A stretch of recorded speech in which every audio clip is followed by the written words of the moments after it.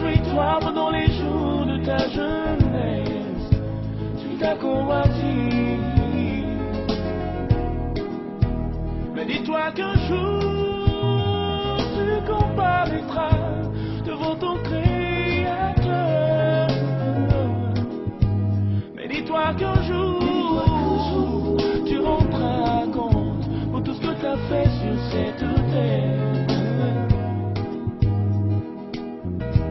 Bannis de ton cœur le chagrin, éloigne-toi du mal. Souviens-toi de ton Créateur pendant les jours que tu vis. Est-ce qu'on se verra au paradis?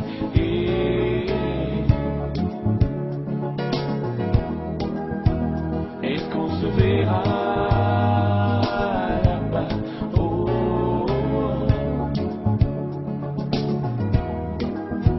Recherche la puissance, recherche la gloire, recherche le pouvoir que les hommes t'acclament. Mais que te sert-il de gagner ce monde, puisqu'un jour tu partiras? Pense plutôt. Soyez bénis. Nous sommes ici au quartier Ibamoui, à San Pedro. C'est ici un quartier de Gagnoua. C'est pour cela cette village fait qu'il a prononcé. Et nous sommes ici à la maison où l'événement très heureux s'est produit. L'événement qui est la mort et la résurrection de notre sœur bien-aimée, la prophétesse Déborah. Nous sommes venus sur le lieu pour un interview pour qu'elle puisse nous parler encore davantage de ce témoignage parce qu'elle avait dit la dernière fois qu'elle n'avait pas eu tout le temps de pouvoir vraiment parler de ce témoignage. Et donc nous sommes ici, c'est ici que l'événement s'est passé, c'est ici que l'événement s'est produit. Nous sommes ici chez la maman Kasso, qui est la prophétesse qui a prié pour elle. Donc nous venons ici même pour pouvoir vraiment partager ce témoignage avec vous. Donc soyez bénis dans le nom du Seigneur. Nous arrivons comme ça dans la cour, puis l'événement s'est passé. Et c'est ici véritablement l'événement s'est passé dans cette cour. Vous voyez, ce sont des sœurs en Christ, ce sont vraiment des sœurs véritablement qui partagent vraiment la fraternité chrétienne avec notre sœur bien-aimée. Sœur, sois bénie, comment vous vous appelez? La sœur Blandine, soyez bénie dans le nom de Jésus. Et vous, sœur, soyez bénie. Comment vous appelez? La sœur Louise. Et toutes ces sœurs-là sont ici dans le ministère de la maman Kasso et elles partagent les cultes avec notre bien-aimé. Et c'est ici que cet événement qui nous apporte joie au cœur nous donne le message véritable du salut de Dieu. Et donc nous allons aller véritablement. Est-ce qu'on se verra après toi? Je veux te voir, Seigneur. Nous allons venir ici même trouver la prophétesse Déborah qui est assise déjà. Prophétesse, soyez bénie. Comment allez-vous? Que le nom de Dieu soit béni. Nous sommes là pour cette interview et puis ce moment que nous allons partager ensemble. Vous allez parler encore de l'enfer et le paradis parce que la dernière fois nous n'avons pas vraiment expliqué tout ce que vous avez vu parce que le temps était très court. Et donc véritablement nous allons véritablement vous poser des questions pour en savoir plus davantage. Que Dieu vous bénisse. Voilà. Donc prophétesse, nous sommes là, nous allons rentrer dans le but du sujet. Nous sommes là, vous allez rentrer dans le but du sujet. Top, c'est parti. Ok. Donc, prophétesse, nous sommes là pour que vous nous parliez encore et encore de l'enfer, du paradis, et vous nous expliquez en moins de détails ce que vous avez vécu, qui est véritablement édifiant. Pour le corps du Christ, pourquoi? Parce qu'aujourd'hui, l'Église aujourd'hui, donc véritablement nous sommes là pour que vous nous parliez encore de ce témoignage édifiant. Voilà, que nous édifier, parce qu'aujourd'hui le corps de Christ est dans l'ignorance de certaines choses qui amène beaucoup de personnes dans le séjour des morts. Aujourd'hui, on dit que Dieu, c'est le cœur qui regarde. Il ne regarde pas l'accoutrement, il ne regarde pas les tenues vestimentaires, il ne regarde pas vraiment tout ce qu'on embellit sur nos corps. Mais Dieu, c'est le cœur. Donc, véritablement, qu'est-ce que vous avez vécu? Vous allez vraiment nous relater. Et je voudrais vraiment suggérer que vous nous relatez l'événement en 3 parties, c'est-à-dire votre vie avant la conversion, votre vie pendant la conversion, à partir du moment où vous êtes morte, et votre vie au séjour des morts, votre vie au paradis. Voilà ce que je voulais dire. Soyez bénis. On va prier le Seigneur. Notre Dieu, nous te rendons grâce. Nous voulons ce matin te confier ce moment. C'est pour que ce témoignage puisse véritablement faire du bien à toute personne qui va l'écouter. Nous te recommandons ta servante, nous te recommandons ce moment, nous prions pour ta main de grâce soit sur ce moment et que tu bénisses ces instants au nom de Jésus-Christ. Amen. Vous avez la parole pour peut-être. Que le Seigneur vous bénisse. Amen. Bon, parlons de la vie sans Jésus. Il faut dire que bon, c'était pas une bonne vie qu'on peut souhaiter à une personne. C'est pas, si on veut donner conseil à quelqu'un, c'est pas pour dire qu'il ne faut pas aller dans les maquis ou il faut être en Christ et puis avoir une vie de débauche. Non. Quand j'étais pas encore convertie, je vivais une vie où je n'aimais pas. Je faisais ce que je voulais, comme les mèches, la boisson, les pantalons, les bijoux et bon, tout bien d'autres choses. Et pendant ce temps, par la grâce de Dieu, des hommes de Dieu venaient m'approcher pour me parler de Jésus, pour me détailler vraiment qui était ce Jésus-là. Et moi, je continuais toujours, je refusais de l'accepter. Et un jour, comme cela, il y a une maman qui a dit à mon papa, ah, je connais une servante de Dieu qui peut prier pour ta fille, pour sa délivrance. Et mon papa a dit, bon, on va partir essayer pour voir si elle peut faire sa délivrance. Donc c'était un dimanche, quand la maman est venue à la maison pour dire que non, je m'apprêtais, nous allons aller à l'église. Par la grâce de Dieu, bon, j'ai rendu au lieu de culte. Pendant le culte, on était là, pendant que l'homme de Dieu était en train de prêcher, en train de parler, il parlait de Jésus, bon, ce jour, c'était un jour d'action de grâce.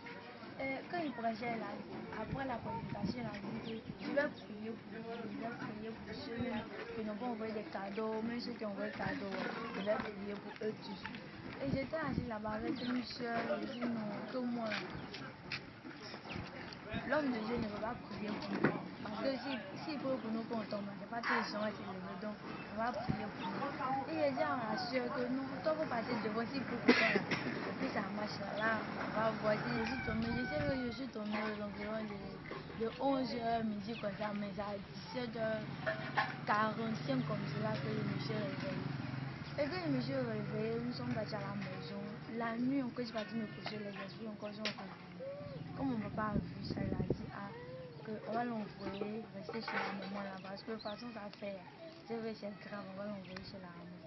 Et c'est le lundi, c'était en juin, quand nous sommes arrivés chez la maman ici. Nous sommes arrivés, ils ont causé tout, et puis elle a dit bon, que tu vas faire au moins 2 semaines comme cela, et puis bon, tu vas rentrer à la maison. Après, si tu as le temps encore, tu vas revenir. Et j'étais là, il y avait les 2 semaines. Au cours de ces 2 semaines-là, on faisait les prières de délivrance, tout. Elle avait commencé la délivrance. Et après, elle a rentré maintenant. Quand la rentrée est arrivée, elle a dit bon, que tu vas partir en famille, aller continuer les cours, et puis revenir après encore. Donc j'étais là-bas, et puis je venais le vendredi soir, et puis je me retournais les dimanches après le cours. C'est comme ça que je faisais jusqu'à ce que bon, un vendredi, je viens ici pour rester, pour passer encore dimanche. Donc j'étais là le vendredi quand on a commencé la prière. On a commencé à prier, elle a dit que bon, on va faire une prière individuelle pour chaque personne. Disons tu vas venir au milieu, et puis tous ceux qui sont autour de toi, ils vont prier, faire une repentance pour toi. Et on a commencé la prière, c'était à mon tour, j'étais au milieu. Et on a commencé la prière. Quand on a commencé la prière, c'est souvent les mêmes esprits qui sont manifestés, comme l'esprit des eaux, comme cela. Et elle a commencé la délivrance. Elle a dit qu'aujourd'hui, on va faire tout possible pour finir la délivrance. Et on était là, elle a prié, elle avait continué toujours à prier. Et c'est au cours de la prière que l'esprit des eaux a dit que non, je ne vais pas partir ici là. C'est ma fille. Donc si je m'en vais, elle va mourir. Et elle a dit que non, que toi tu n'as pas le pouvoir de donner la vie à une personne. Mais Attends, je voulais intervenir un peu. L'esprit des eaux, comment est-ce que l'esprit des eaux est arrivé dans votre vie? Vous pouvez nous raconter un peu comment cet esprit-là a été dans votre vie. Est-ce que c'est parce que vous-même vous avez de manière personnelle tissé une alliance avec cet esprit, ou bien c'est après qu'on vous a dit que, bien, je ne sais pas, comment cet esprit est venu dans votre vie? Et comment tu vivais avec cet esprit-là? bon, il y a un moment qui n'arrivait pas à voir un fond femme. Elle faisait que les garçons. Donc, elle est partie voir. Comme au village, il y a une eau qu'eux adorent. Donc, elle est partie voir. Elle a dit que je vais avoir une fille. Et d'abord, elle dit l'esprit qui s'est manifesté. Elle a dit que non, je vais te donner une fille. Mais tu vas lui donner le nom de Justine. Et cette fille, elle va devenir, bon, tu vas la traiter comme une reine, bon, quelqu'un qui va me servir au cas où toi tu serais plus sur la terre ici. Et c'est comme là, j'ai passé, puis ma maman a pris ma grossesse. Et quand elle a pris ma grossesse, elle a dit que bon peut-être c'était le plan de Dieu ici. Elle m'a accouché quand la grossesse avait 7 mois. Jean était prématuré. 7 mois de faire l'accoucher. Donc, j'ai fait au moins 5 mois comme ça, donc à l'hôpital. J'étais là-bas quand ma maman qui est ici actuellement, c'est pas la prophétesse, c'est la femme de mon frère. Elle a décidé d'aller me chercher quand j'étais bébé. Et puis maman s'est opposée pour dire que non, que tu vas pas la prendre parce que c'est ma fille. Moi, je ne faisais pas enfant-fille et puis ils m'ont donné, donc c'est là, tu vas pas la prendre. Et elle m'a envoyé en Guinée quand j'étais bébé, elle m'a envoyé en Guinée. En Guinée, bon, quand la guerre de 2002 a commencé, mon papa me cherchait, tout ça. Là, bon, où il devait venir me chercher en 2002, c'est là que la guerre arrivait. Donc, il ne pouvait plus partir. Là, maintenant, on était à Boaké, il ne pouvait plus partir. D'accord. Comment vous viviez maintenant avec la sirène des eaux? On a vu un peu l'origine de comment vous êtes venu dans le sein de votre maman. C'est vrai, mais comment vous vivez la sirène des eaux? Bon, il faut dire que c'est en 2016, quand maman a rendu l'âme, en 2016, puis il a commencé à avoir des songes où elle venait me parler dans des songes. Je dis que non, que même si je suis morte, je suis toujours à côté de toi. Bon, comme étant au catholique, on n'avait pas l'enseignement pour dire que non, si une personne meurt, la personne ne peut plus revenir. Donc chez moi, il me Alors que disait ce n'était pas elle, c'est des esprits qui prenaient son corps pour venir vous parler. Voilà. Il me disait que bon, une personne peut mourir et peut venir toujours nous rendre visite. Pourtant, c'était l'esprit des eaux qui prenait l'image de ma maman, venir me parler, qui jouait encore le rôle de ma maman qui était morte. Et elle a commencé, à un moment, je partais à l'école même. Parfois, quand je vais à l'école, je trouvais de l'argent dans mon sac et elle dit que non, moi je te donne. Comme bon, je ne suis pas là physiquement comme ça. Je peux te parler comme cela en songe et te donner de l'argent. Que tout ce que tu veux, il faut demander, je vais te donner. C'était en 2008 quand ils ont envoyé une lettre pour dire que non, que ton papa te cherche. Il te cherche, il est parti à Boaké, il a trouvé ta grand-mère. Que peut-être en 2009 comme ça, il va venir ici te prendre pour partir à Saint-Pédro avec toi. À ce moment, l'esprit des eaux se manifestait toujours en songe. Et en 2009, maintenant, mon père est venu me chercher. Mon père est venu me chercher maintenant pour venir à Saint-Pédro. Et quand nous sommes arrivés à Saint-Pédro, quand il a commencé à aller à la plage, au fur et à mesure qu'il est parti à la plage, elle venait maintenant, plus en songe, mais physiquement, pour me parler, c'est comme ça qu'on a commencé à causer. Vous causez comme on cause présentement physiquement avec la sirène des eaux dans le passé. Oui. Et qu'est-ce qu'elle vous dit, qu'est-ce que vous lui disiez? Bon, parfois quand elle vient, on parle des choses du monde. Elle me dit, bon, elle jouait le rôle d'une mère. Elle me dit, bon, faut pas faire comme les autres parce que tu es ma fille. Faut pas faire comme les autres jusqu'à ce que je te donne l'ordre de te comporter comme les autres. Faut rester comme cela. Faut pas, parce que c'était un esprit qui était beaucoup. Elle était jalouse. Donc quand elle te voit en train de causer avec un garçon, automatiquement elle se fâche. Non, quand je partais à l'école, elle m'accompagnait. Tout, on partait à l'école ensemble, on faisait tout ensemble parfois. Physiquement, elle s'habillait comme élève aussi? Ou bien c'est parce que tu la vois spirituellement? Bon, les autres là, les autres n'arrivaient pas à la voir, mais mais eux ils savaient que je parlais avec une personne. Ah, Mais tu d'autres parles à une disaient personne qui était comme peut-être folle. D'autres disaient que je parlais seul. Ou bien, bon, comme il y a d'autres personnes qui marchent dans la rue, qui parlent seul, eux ils disaient que je parlais seul. Mais il y a une camarade qui s'appelle Nicole, elle n'est plus là, elle est à suivre maintenant. C'est elle qui savait avec qui elle parlait parce qu'elle était chrétienne. C'est elle-même qui avait commencé à m'évangéliser. Elle savait que ça avait un esprit. Je parlais. Un jour, elle m'a dit que non, que ça ton problème. Tu as besoin de délivrance. Parce que c'est un esprit qui te fatigue que tu as besoin de délivrance. Que tu as besoin de délivrance, que c'est un esprit qui te fatigue. Donc c'est cette camarade-là qui savait ce que toi tu vivais. C'est elle qui me disait que non, que je dois passer à l'église, que voir un homme de Dieu pour lui expliquer ce qui s'est passé vraiment. Donc j'ai commencé là la liste avec l'esprit des eaux à commencer au niveau des parents. D'accord. Maintenant, parlons du jour où votre délivrance réellement a commencé. Cette femme qui vous a envoyé ici, votre conversation en route, qu'est-ce qui s'est passé en route? La femme qui est venue dire qu'il y a une maman qui connaît au quartier Zimbabwe qui prie très bien. Comment elle s'appelait cette maman-là? Cette dame-là? Elle s'appelle Madame Désirée. Madame Désirée. C'est une bienfaiteuse, hein? C'est grâce à elle justement que le Dieu a canalisé les choses. Elle a été animée par un esprit de sagesse qui vient de Dieu. Comment cela s'est passé? Bon, le dimanche quand on venait, j'étais dans le taxi, comme il n'y avait pas l'envie de venir véritablement. Et il a dit que moi il est faim, donc il va partir à la maison pour manger. Elle a dit que ne faut pas partir à la maison, mais il y a le pain de ma fille ici. Elle avait une fille de 2 ans qui était dans sa main. Elle dit il y a le pain de ma fille ici, je vais te donner, tu vas manger là comme ça, tu vas rester, tu vas passer aussi. Donc quand il a fini, elle dit il est parti boire de l'eau. Elle dit non, qu'il y a déjà de l'eau ici. Il faut laisser, je vais te donner. Elle m'a donné, on a bu, et puis bon, on est descendu dans le taxi. Et puis nous sommes arrivés à l'église. D'accord.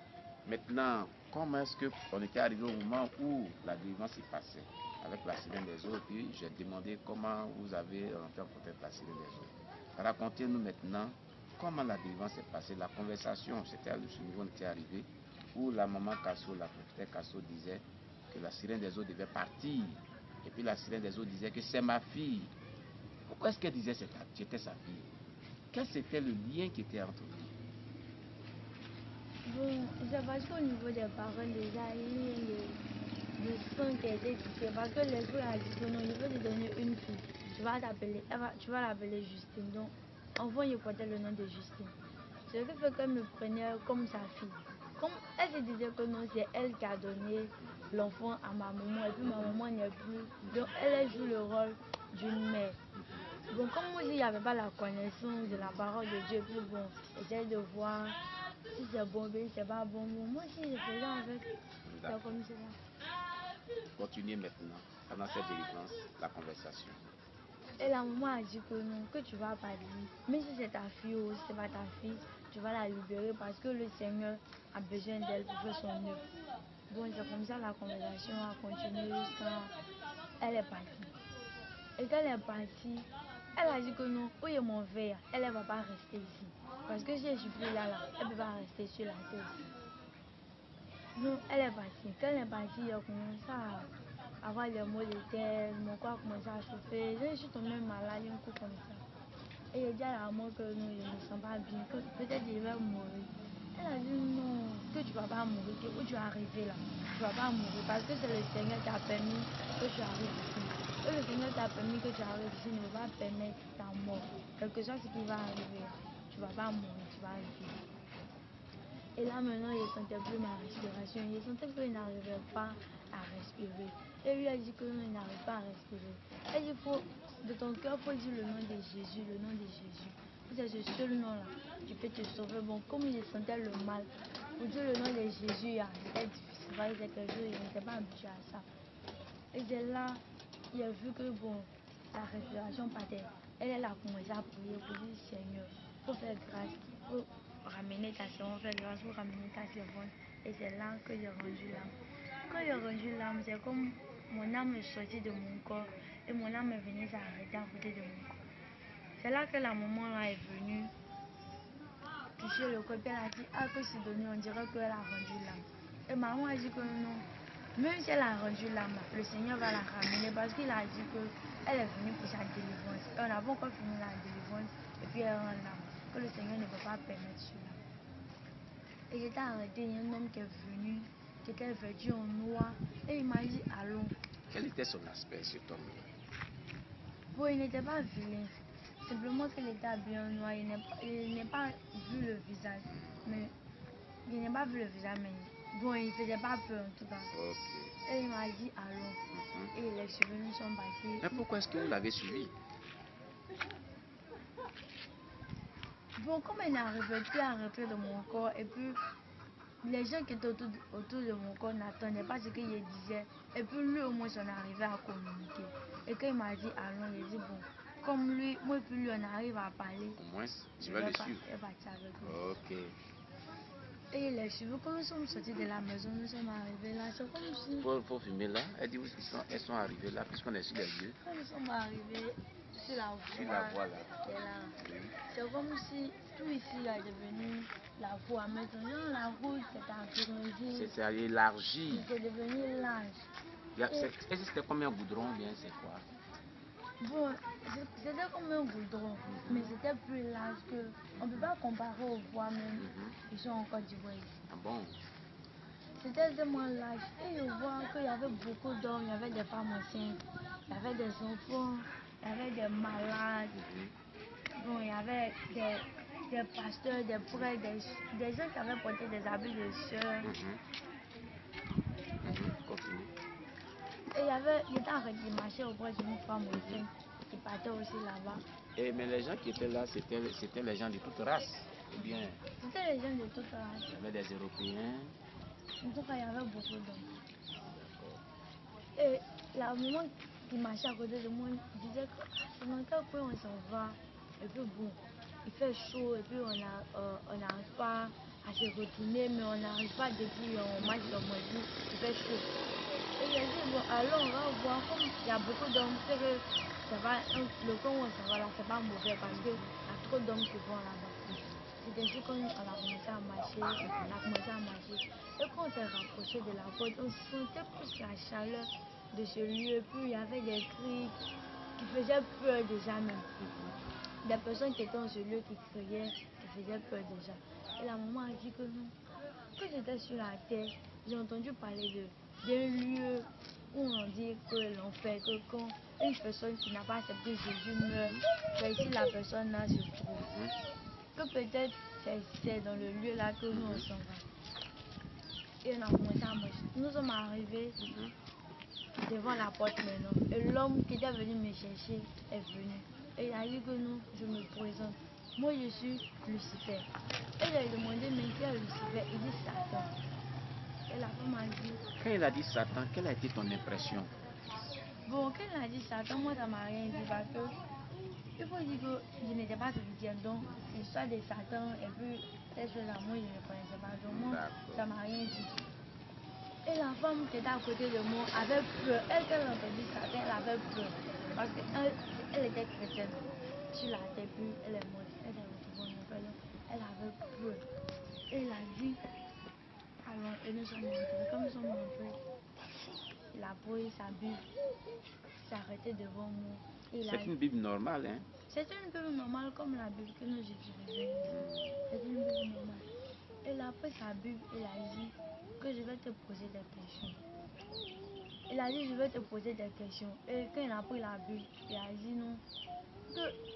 Il est écrit dans la parole de Dieu que la femme ne doit pas porter de vêtements d'homme.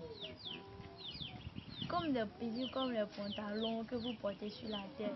Il a dit mais quand j'étais encore sur la terre, il y avait des hommes de Dieu qui m'ont interpellé pour dire que non, les vêtements d'homme là, c'est interdit, que la femme ne doit pas porter ça. Moi, je n'ai pas pris ça en considération.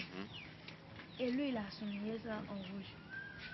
Il a repris la parole encore, il m'a dit que non, que la Bible dit que la femme ne doit pas mettre des tresses étrangères comme les mèches que vous portez. Ici, j'ai dit, bon, moi, la maman que j'étais chez elle là, me parlait aussi de ces mèches. Bon, comme il venait d'arriver, il n'est pas pris ça en considération. Et il a souligné encore. Et il a pris, il a dit que non, que les rapports, c'est réservé. Les rapports sexuels. C'est réservé aux hommes mariés également devant l'autorité et devant le Seigneur Jésus. Et il a dit, moi je ne savais pas. Et il m'a demandé, mais quand tu étais sur la terre, là, je ne partais pas à l'école. J'ai dit non, que moi je ne partais pas à l'école. Il a commencé à rire. Quand il a dit je ne partais pas à l'école, il a commencé à rire. Il a appelé le dragon, il a dit au dragon qu'il faut venir. Et le dragon est venu. Quand le dragon est venu, il a commencé à rire. Il était tellement content. Et il a dit au dragon qu'il faut regarder sur elle. C'est que pour toi là, il faut prendre et puis tu vas partir. Et le dragon a commencé à me regarder de mes pieds jusqu'à ma tête. Il a commencé à rire. Il a dit maître, que les mèches qui sont sur ma tête là, les mèches qui sont sur sa tête là, c'est pour montrer ces mèches à ma partie. Vous voyez, quand on parle aux gens, ils ne veulent pas écouter. Ils disent que c'est le cœur, Dieu c'est le cœur. Que comment Dieu, celui qui a donné l'intelligence aux gens pour créer les mèches, toutes ces choses. Le dragon lui a dit dans la Bible que les mèches lui appartiennent. Les mèches là c'est pour lui. C'est lui qui a créé les mèches. Voilà. Il faudrait que les chrétiens sachent que les mèches ne sont pas du Dieu. Les mèches viennent du diable. Les mèches viennent du diable. Je ne sais pas combien de fois moi je vais dire ça aux chrétiens et aux hommes de Dieu. Vous pouvez continuer servant de Dieu. Et il a dit que les mèches qui sont sur sa tête là, c'est pour moi. Donc c'est les mèches que je vais récupérer. Et Satan a dit, mais il faut prendre. Et le dragon a récupéré. Quand il a récupéré les mèches, en tout cas, il n'y avait rien encore sur ma tête. Et il a dit au démon que venez la chercher pour l'envoyer au lieu de persécution.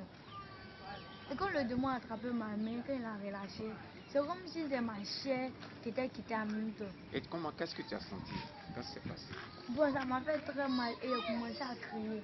Pendant qu'il criait, il m'a dit que non, si tu veux, il faut crier, mais personne ne va venir te chercher. Parce que la douleur de là-bas, on ne peut pas comparer à la douleur qui est sur la terre. Il faut dire que la douleur de la terre est multipliée par rapport à la douleur de là-bas. Ici, là, vos cœurs pour que te blesse, ça ne te fait pas trop mal.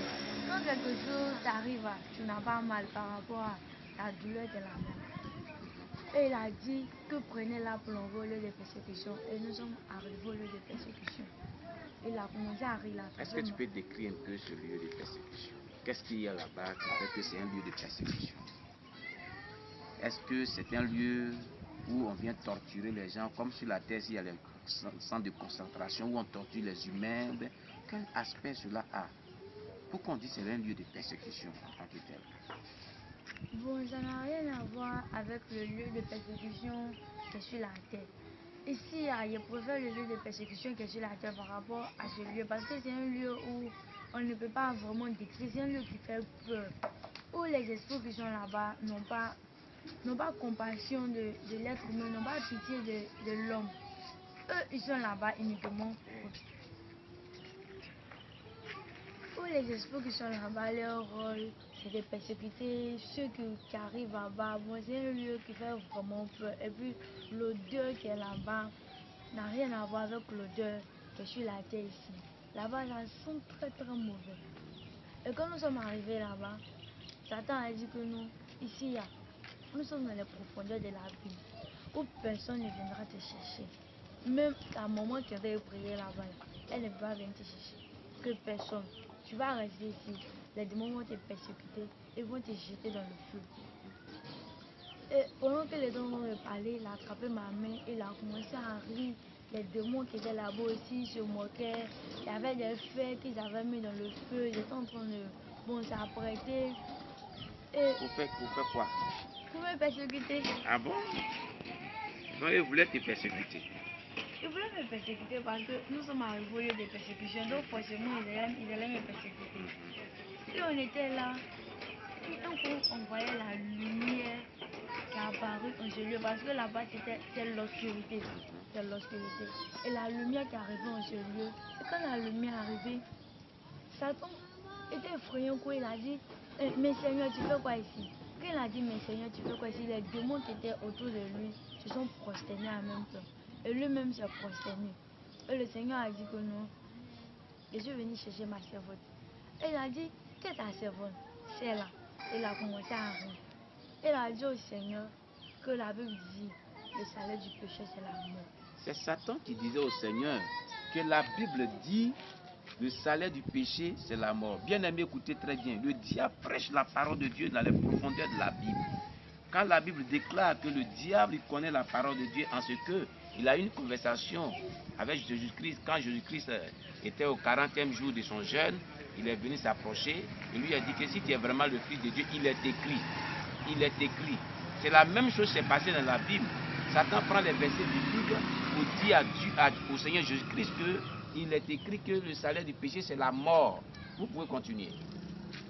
Et Satan a dit à Jésus qu'il est écrit que le salaire du péché c'est la mort. Mais c'est là qu'elle était sur la terre. Elle ne vivait pas une vie que tu avais demandé. Elle vivait une vie de débauche. Donc elle a péché. Elle est morte, elle est vomie. Et le Seigneur était là. Et il est venu très un coup et il est retourné.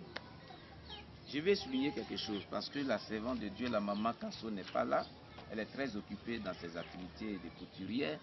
Elle nous avait dit comme cela que pendant qu'elle était morte et puis elle était en train de converser, le diable était en train de converser avec le Seigneur. Elle ici, Dieu lui avait fait cette grâce d'entendre cette conversation avec l'esprit de révélation que Dieu avait envoyé sur ce lieu-là. Et donc elle aussi, elle parlait aussi dans la prière. Voilà, on peut continuer. Et le Seigneur était tellement triste qu'il est retourné sur son trône. Quand le Seigneur s'est retourné, Satan a commencé à rire. Et il a dit, tu vois, même le Dieu même de compassion ne peut pas venir te chercher parce que ici, il connaît la parole et lui aussi veut sur sa parole pour l'accomplir. Et il était là, il était toujours en joie et riait. Quelques minutes après, le Seigneur est revenu encore.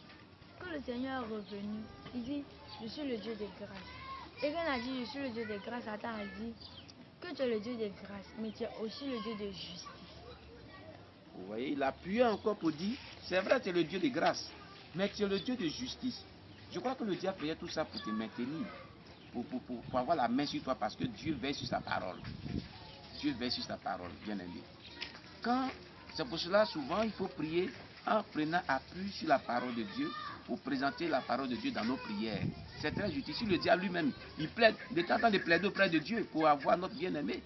Et il utilise les versets bibliques pour contrarier Dieu. Les chrétiens doivent utiliser les versets bibliques aussi pour contrarier le diable et puis dire à Dieu, voici ce que tu as dit, et comme tu as dit cela, il faut que tu fasses ceci. C'est très bien. Merci beaucoup pour cet éclairage parce que les chrétiens sont ignorants de cela. Oui, vous pouvez continuer, servant de Dieu. Et il a dit que tu es le Dieu de grâce, mais tu es aussi le Dieu de justice. Que la Bible dit que tu as séparé les lumières, tu as séparé la lumière et les ténèbres. Et ici, ça fait partie des ténèbres. Toi, ton trône fait partie de la lumière. Que tu ne dois pas quitter la lumière pour venir dans les ténèbres. Le Seigneur était là et il est retourné. Il s'est retourné. Vous voyez, le Seigneur s'est retourné parce qu'il ne pouvait pas rester là. Voilà. C'est-à-dire, Jésus même a dit, la lumière et les ténèbres ne peuvent pas cohabiter ensemble. C'est ce verset-là que le diable a présenté à Jésus-Christ au fond de la Bible. Donc, une fois que la parole de Dieu est présentée, la parole de Dieu est une autorité. Alors, le Seigneur s'est retourné. Il a obéi à ce que le diable a dit. Voilà, en quelque sorte, c'est ce que je peux dire. On peut continuer servant de Dieu. Et quand le Seigneur s'est retourné, il manifestait toujours sa joie parce qu'il se disait que non, là maintenant il avait la victoire, que le Seigneur ne pouvait plus revenir. Et il a dit au fond de moi que non, même si le Seigneur revenait encore pour la troisième fois, moi je vais partir avec lui parce que Satan, quelque chose ce qu'il va faire, il va partir avec lui. Quelques minutes après, le Seigneur est revenu encore pour la troisième fois. Quand le Seigneur est revenu encore pour la troisième fois, Satan a repris encore la parole et a dit au Seigneur que tu as dit laisser les morts, enterrer les morts. Ah, voilà encore un verset biblique qu'il prend. Il a dit encore pour la troisième fois, laissez les morts. Tu as dit, toi, Jésus qui t'a dit dans ta parole, laissez les morts enterrer les morts. Je vais souligner quelque chose ici.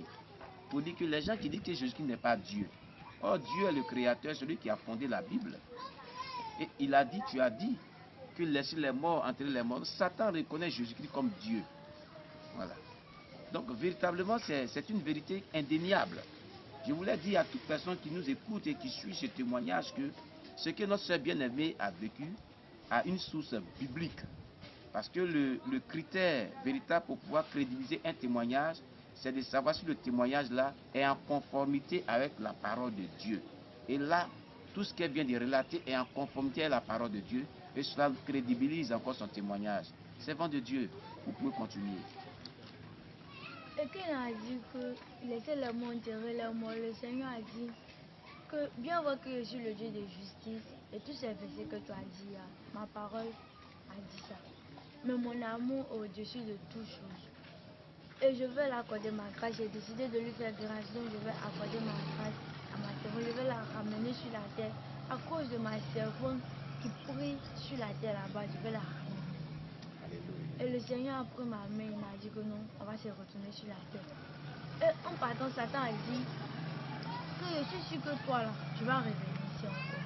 Que quelque chose qui va se passer là, moi je vais faire tout possible pour te ramener ici. Parce que tu es pour moi. Ok, je voulais dire quelque chose. Vous voyez, le diable ne lâche pas prise si facilement.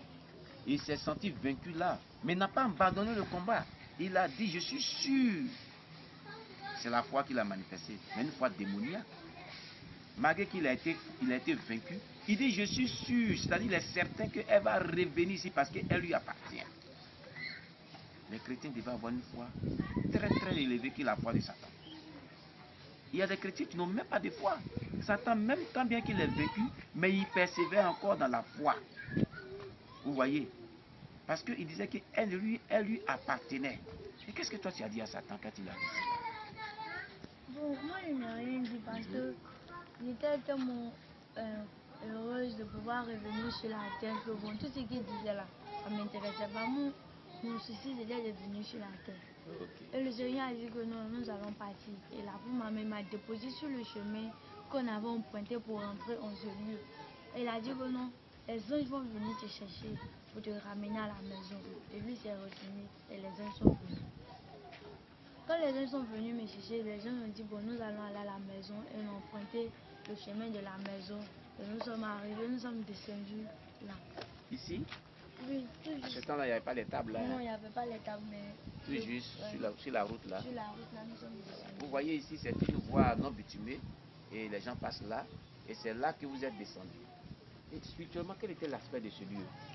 C'était la même chose comme cela quand vous êtes descendu? Non, quand nous sommes descendus, ce lieu n'était pas comme cela. Ce lieu était comme la boue où il y avait des asticots qui jouaient dedans. Donc la terre est représentée comme des asticots. J'ai eu plusieurs témoignages des morts ressuscités qui ont dit lorsqu'ils sont dans le ciel, quand ils viennent sur la terre, quand ils regardent la vue du ciel à la terre est comme la boue effectivement. Et il y a des vers, il y a des asticots qui se promènent, que tu peux pas accepter de descendre sur cette terre. Plusieurs personnes sont mortes ressuscitées, dont j'ai les témoignages, ont véritablement parlé de cela. Pour dire que ce qu'elle dit est vrai, car Jésus dit dans sa parole, le témoignage de 2 personnes est vrai. Nous pouvons continuer. Nous pouvons continuer. Et quand nous sommes descendus, l'ange a dit que nous allons rentrer. Nous sommes rentrés dans la maison. Quand nous sommes rentrés dans la maison, le corps était couché là. Oui. Pendant que les autres ont commencé à pleurer, ils pleuraient toujours. Et la maman, elle continuait toujours à prier pour dire Seigneur, il faut la ramener maintenant. Et la maman qui était à côté a dit, mais il faut appeler ses parents pour dire que non, que leur fille qu'ils ont envoyée là est morte. Ils vont venir chercher le corps pour l'envoyer à la mort. Parce que ça fait déjà un jour qu'elle est partie, mais tu pries, elle ne revient pas. Donc appelle ses parents pour les avertir de ce qui s'est passé ici. Et la maman a dit non, je ne vais pas appeler ses parents parce que le Seigneur m'a dit qu'elle va revenir. Et je suis sûre qu'elle va revenir. C'est qu'elle va venir que je vais appeler ses parents.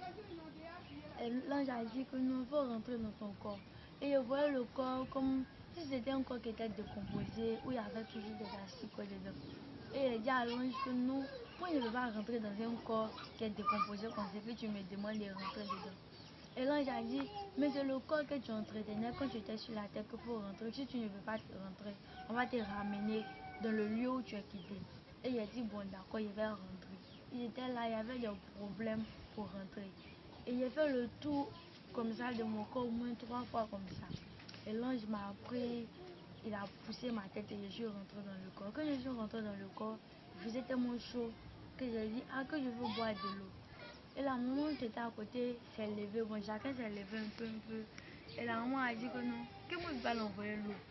Elle a dit, Sidonie, il faut toucher pour voir si c'est elle ou bien si c'est un esprit qui a pris son corps pour se manifester, pour nous parler. Que faut la toucher pour voir ça. Ma maman dit que non, que c'est elle qui est revenue, c'est le Seigneur qui l'a ramenée. Et elle a dit, bon, je vais boire de l'eau. Elle a dit à la maman que, grand-mère, il faut lui donner l'eau. Et grand-mère a dit que non, on ne peut pas lui donner l'eau, parce que je ne sais pas si c'est elle ou bien c'est l'esprit. Et maman est partie chercher de l'eau, elle a prié dessus, elle a mis un peu d'huile dessus, elle a prié dessus, et elle m'a dit qu'il faut boire. Et elle a bu l'eau, quand elle a bu, elle a dit, maman, je veux savoir véritablement qui est Jésus. Et elle a dit que non. Mais pourquoi est-ce que tu lui as posé cette question? Est-ce que c'est pas parce que tu as expérimenté, tu venais d'expérimenter ta première visite au séjour des morts? Non, c'est parce que j'étais dans un coin où vraiment j'ai eu peur. Où là maintenant, je devais véritablement accepter Jésus pour vivre une vie normale. On n'est pas retourné dans le lieu. Il n'est pas retourné dans ce lieu. Et il a demandé qui est Jésus. Elle a dit que non, Jésus, je suis que toi là, tu es parti en enfer. Et un peu, elle a commencé à me parler de Jésus. Elle a commencé à me parler de Jésus. Le dimanche maintenant, nous sommes partis occuper le lundi. Je suis rentrée en famille maintenant. Je continue toujours les cours, j'ai expliqué ça à mes parents. Ma maman même a commencé à pleurer. Et elle disait que non, c'est parce que je ne t'aimais pas. Bon, comme je vais ta vraie maman, c'est parce que tu te sentais seule que tu es partie, ou bien c'est parce que tu t'es fait quelque chose qui ne t'a pas plu. J'ai dit non, que c'est rien de tout ça, que l'esprit, bon, c'était le plan de Dieu, tout ça. Et on a commencé, tout allait maintenant. L'esprit ne me fatiguait plus, mais là maintenant, je ne pouvais pas sortir pendant longtemps, je ne pouvais pas rester au dehors parce que quand je reste au dehors, elle venait toujours. Elle essayait toujours de récupérer le corps. Et la maman me disait que non, il faut quitter le péché parce que si tu ne quittes pas le péché, quand elle va venir, elle va trouver toujours une porte d'entrée en toi. Très bien. Je voulais dire quelque chose sur cette partie parce que nous faisons souvent la délivrance des âmes. Et ici, nous sommes dans un ministère où la servante de Dieu lui a fait cette grâce de pouvoir prier pour les âmes, pour leur délivrance. Voilà. La partie dont elle parle ici, le conseil de la maman Kasso est vraiment véritable. Parce que les chrétiens, lorsque nous prions pour leur délivrance, ils s'amusent avec le péché. Or, c'est par le péché que les démons sont rentrés dans le corps de la personne. Elle lui a bien dit, il faut vraiment faire attention au péché, sinon que la sirène des eaux va rentrer dans ton corps à nouveau, récupérer le corps à nouveau. Alors, je veux dire à tous les bien-aimés qui nous suivent, que quand une personne a été délivrée, ou qu'on est en train de prier pour sa délivrance, la personne doit véritablement se séparer définitivement du péché. Doit faire l'effort sur elle-même pour se séparer définitivement du péché. Parce que c'est très important. Les chrétiens fatiguent de nos jours les pasteurs. Ils fatiguent les femmes de Dieu. Ils fatiguent les hommes de Dieu. Vous pouvez continuer. Elle m'a dit que non, il faut quitter le péché, il faut arrêter les messes, les pantalons, la boisson et certaines choses que tu faisais avant. Parce que si tu n'arrêtes pas, quand l'esprit va venir, elle va toujours trouver une porte d'entrée en toi. Et on va reprendre encore la délivrance à zéro. Mais pourquoi elle a dit qu'il faut laisser les mèches, les pantalons, tout ça? Est-ce que les mèches c'est un péché? Les porter sur soi c'est un péché? Est-ce que les pantalons c'est un péché? Est-ce que ce sont des portes d'entrée aussi des démons dans la vie de l'homme? Bon, les mèches ne sont pas agréables parce que la Bible déjà interdit les mèches, également que les pantalons. Amen. Et la Bible encore nous dit, je ne sais pas, il ne me rappelle pas bien de cette partie, mais la Bible dit que non, que le diable rôde autour de nous comme un lion rougissant, mais s'il vient qu'il ne trouve rien en toi, qu'il appartient. Et je me rappelle bien qu'étant dans ce lieu, le dragon a dit que les mèches, c'est pour moi. Que les pantalons, c'est pour moi. Donc, à quelque part, il faut dire que non, les mèches, ça appartient véritablement à Satan. Et une personne qui a les mèches, quand l'ennemi vient t'attaquer et qu'il trouve les mèches sur ta tête, automatiquement, il rentre en toi. Parce qu'il y a des choses sur toi qui l'appartiennent. Mais d'aucuns disent qu'on prie dessus pour sanctifier. Est-ce qu'une telle prière, Dieu peut l'exaucer? Non. Parce que moi, j'ai dit un jour que quand Dieu dit il y a quelque chose, j'ai prêché à une conférence et j'ai parlé de cela avec les témoignages que je présente souvent aux gens. Et on me posait la question pour dire, mais pasteur, on peut prier dessus. J'ai dit, mais qui exauce la prière que vous faites? Ils ont dit Dieu. Alors, on dit à Dieu d'exaucer une prière qui est quelque chose qu'il ne veut pas. C'est comme le monde en envers. Vraiment, merci pour cet éclairage là-dessus. Nous pouvons continuer. On peut continuer. C'est comme cela, la maman a commencé à me donner des conseils. Et il faut dire que non, les mèches, on ne peut pas les sanctifier, les porter. Parce que si le Seigneur dit que non, j'aime pas telle chose, c'est que le Seigneur n'aime pas. C'est pas, quelle que soit l'onction qui est en toi, quel que soit ton titre d'homme de Dieu ou ton titre de servant de Dieu, le Seigneur ne peut pas donner le don à une personne de sanctifier les mèches.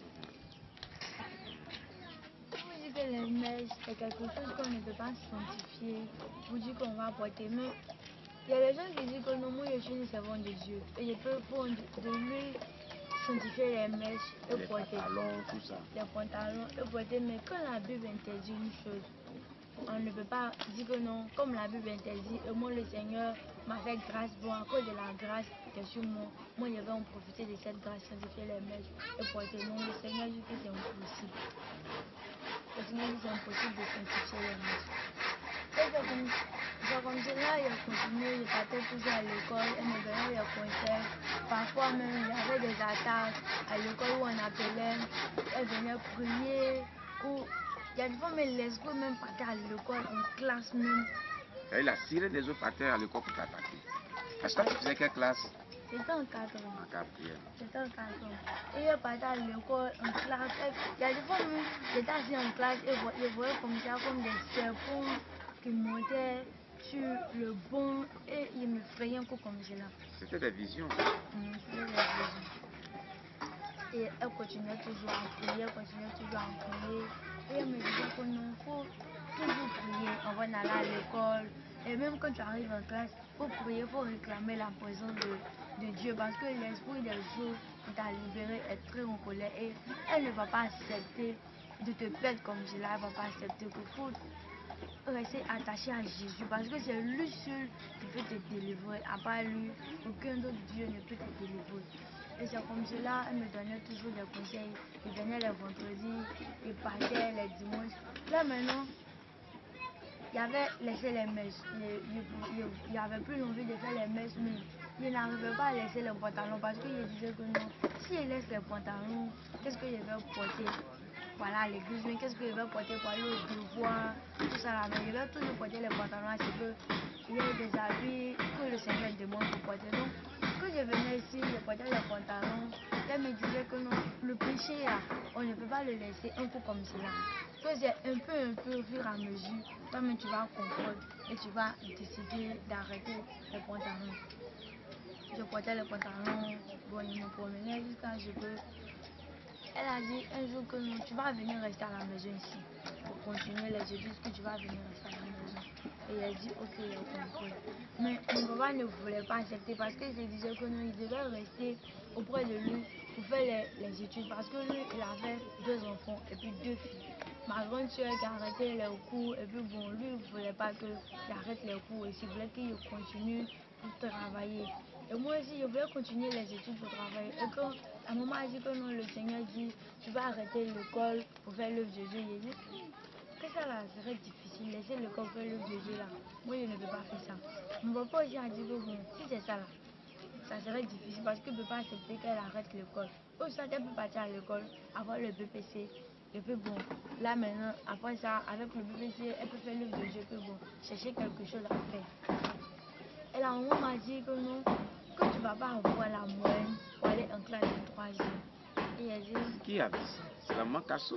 Bon, c'est le message qu'elle a reçu de la part du Seigneur. C'est elle, la prophétesse maman Kasso? C'est le message qu'elle a reçu de la part du Seigneur. Et elle dit, bon, ça là, comme c'est elle qui a parlé là, moi je suis qu'il va avoir ma moyenne. Et plusieurs hommes de Dieu ont confirmé encore ce message. Plusieurs hommes de Dieu ont confirmé ce message pour dire que non, que tu appelles à faire l'œuvre de Dieu, que tu ne vas pas terminer les études. Et l'année est finie, on va prendre les moyennes. Mon prof me dit que non, quelle est ta moyenne en calcul? Ça n'arrive pas qu'en temps normal, quand on a calculé les moyennes, tu as eu ta moyenne. Mais cette fois-ci, quand on tape à l'ordinateur, la moyenne qui sort, c'est 9,99. Et c'est la moyenne que le Seigneur avait donnée qui était là. Et on est resté sur la moyenne et mon père a dit que non, comme tu n'as pas eu, je vais payer la classe de 3e pour toi. Tu vas aller faire la classe de 3e. Et la maman a dit, si c'est comme cela, elle va venir fréquenter chez moi. Et c'est comme cela, je suis venue ici pour fréquenter ça. Maintenant, c'était en 2015 que je suis arrivée ici pour fréquenter. Donc ici, je faisais toujours la classe de 3e. Je partais à l'école. Les attaques aussi continuaient toujours là-bas et elles continuaient toujours à prier pour nous, à insister dans la prière. C'est comme cela. Le Seigneur a dit que nous faut apprêter, il faut prendre un moment de 3 jours. Comment s'est passé et puis le Seigneur a donné ce message? C'est à elle que le Seigneur a donné ce message. Moi là maintenant le Seigneur me parlait par les songes. J'ai fait un songe où un homme qui était vêtu en blanc me disait que non, il faut prendre un moment de 3 jours de repentance parce qu'il va venir te chercher. Et quand je me suis réveillée, j'ai conté le songe à ma maman. Il m'a dit que non, qu'il faut faire le moment que le Seigneur t'a donné, que c'est le Seigneur qui vient te parler. Comment faire le moment? Et il a commencé le moment de 3 jours. Quand il a commencé, on a fait les repentances et on a prié. Le 3e jour, c'était un dimanche. Pour le dimanche, on est quitté à l'église, on avait fini le culte, on venait à la maison. Où il y a vu 2 anges qui sont venus, c'était suspendu. Et ils m'ont dit que le maître nous envoie de venir te chercher. Et il a dit, bon d'accord, je vais arriver à la maison, m'apprêter et puis bon, on va passer. Et il a dit que non, le maître dit qu'on n'a qu'à te prendre sur la route ici, que tu ne peux pas partir à la maison pour te chercher. Le lieu de culte, c'était où? Bon, je suis déjà quelque part. C'est un peu loin d'ici. Ah, C'est un peu loin d'ici. Et on était là, pendant que je parlais, bon, il a vu que non, je me suis retrouvée avec eux. Et mes soeurs qui étaient avec moi, que vous avez vu tout à l'heure, ont pris, elles m'ont mis au dos, elles ont pris le corps. Elles sont venues me déposer à la maison. Et maman dit qu'envoyer-la dans ma chambre. Parce que c'est le Seigneur qui a commencé son travail. Que c'est l'engagement, que c'est le Seigneur qui a commencé son travail. Ça c'était le 15 février. Parce que le 15 février. 2000 combien? 2014. Le 15 février, après la délivrance.